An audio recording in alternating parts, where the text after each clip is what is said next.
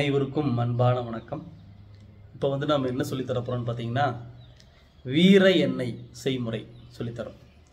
இந்த வீர எண்ணெய் அப்படிங்கிறது எதுக்கெல்லாம் பயன்படும் அப்படின்னு பார்த்தீங்கன்னா, உடம்புல எந்த இடத்துல வீக்கம் இருந்தாலும் சரிங்க, சாதாரணமாக வரக்கூடிய வீக்கம், அது எப்பேற்பட்ட வீக்கமாக இருந்தாலும் சரி, நீர் வீக்கம், இப்போ நீர் கோர்த்துக்கிட்டு வீங்கிறது, சில பேர்த்துக்கு மூட்டு மூட்டாக வீங்கும், அந்த மாதிரி வீக்கம், அடிபட்டு வீங்கிறது, அப்புறம் கொழுப்பு கட்டியால் வீக்கம், இந்த மாதிரி உடம்புல எந்த இடத்துல வீக்கம் இருந்தாலும் சரி அந்த வீக்கத்தை குறைக்கிறதுக்குனே ஒரு அற்புதமான ஒரு தைலம் தான் இந்த வீர எண்ணெய். சரிங்களா?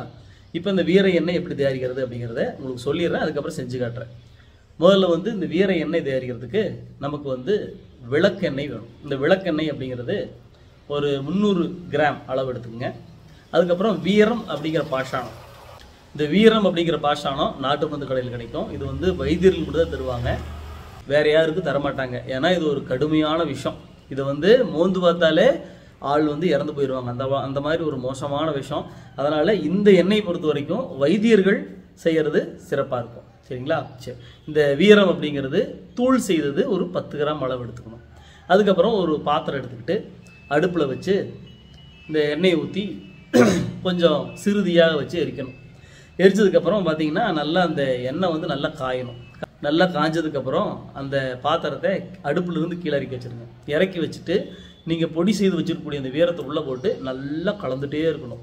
நல்லா கலக்க அது என்னன்னு கேட்டிங்கன்னா, அந்த வீரமெல்லாம் அப்படியே உங்களுக்கு அந்த எண்ணெயில் ஊடுருவி பாஞ்சிரும். அதுக்கப்புறம் அந்த எண்ணெயை வடிகட்டி பத்திரமாக எடுத்து பாட்டிலில் போட்டு வச்சுக்கோங்க.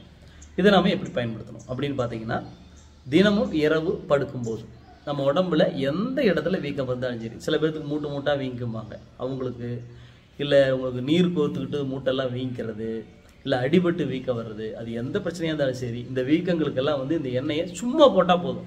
நீங்கள் நீவ வேண்டாம், தடவை வேண்டாம், தேய்க்க வேண்டாம், எதுவுமே பண்ண வேண்டாம், சும்மா போட்டிங்கன்னா போதும். போட்டுட்டு அடுத்த நாள் காலையில் என்ன பண்ணணும்னா, உப்பு இருக்கு இல்லைங்களா, கல்லுப்பு, இந்த கல்லுப்பு வந்து என்ன பண்ணணும்னா ஒரு வடச்சட்டியில் போட்டு நல்லா வறுக்கணும். வறுத்துட்டு ஒரு துணியில் மூட்டை மாதிரி கட்டிக்கிட்டு அது என்ன பண்ணணும், அந்த சூட்லேயே கையில் வச்சு பாருங்கள். அதுக்கப்புறம் எங்கே உங்களுக்கு நீங்கள் அந்த எண்ணெய் போட்டிங்களோ அந்த வீக்கங்களுக்கு வந்து ஒத்தரம் கொடுக்கணும். இது போல் தினந்தோறும் இரவு நம்ம என்ன போடணும், காலையில் ஒத்தரம் கொடுக்கணும். இது போல் செய்துட்டு வந்தீங்க அப்படின்னா கண்டிப்பாக அந்த பிரச்சனைகள் சீக்கிரமாக தீர்ந்துடும். சரியா? இப்போ வந்து நம்ம என்ன பண்ணலாம் அப்படின்னா, இந்த எண்ணெய் எப்படி காய்ச்சலாம் அப்படிங்கிறத ஒரு சொல்லித்தரேன் பாருங்கள்.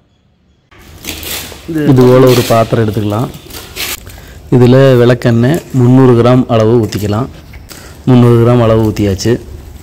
வீரம் பொடி செய்து ஒரு 10 கிராம் அளவு எடுத்துக்கலாம், பொடி செய்தது. இப்போ அடுப்பை பற்ற வச்சு சிறுதியாக வச்சுட்டு நாம் அதை இந்த எண்ணெயை காய்ச்சலாம். எண்ணெய் நல்லா காஞ்ச உடனே கீழே இறக்கி அதுக்கப்புறம் அந்த வீரப்பொடியை போட்டுட்டு நல்லா கிண்டணும். நல்லா கிண்டிகிட்டே இருக்கணும். இது போல் கிண்ட தான் அந்த சூட்டில் அந்த வீரம் வந்து கரைஞ்சி அந்த எண்ணெயோட உருவாகும். நல்லா கிண்டி எடுத்துக்கணும். இப்போ நல்லா கிண்டியாச்சு.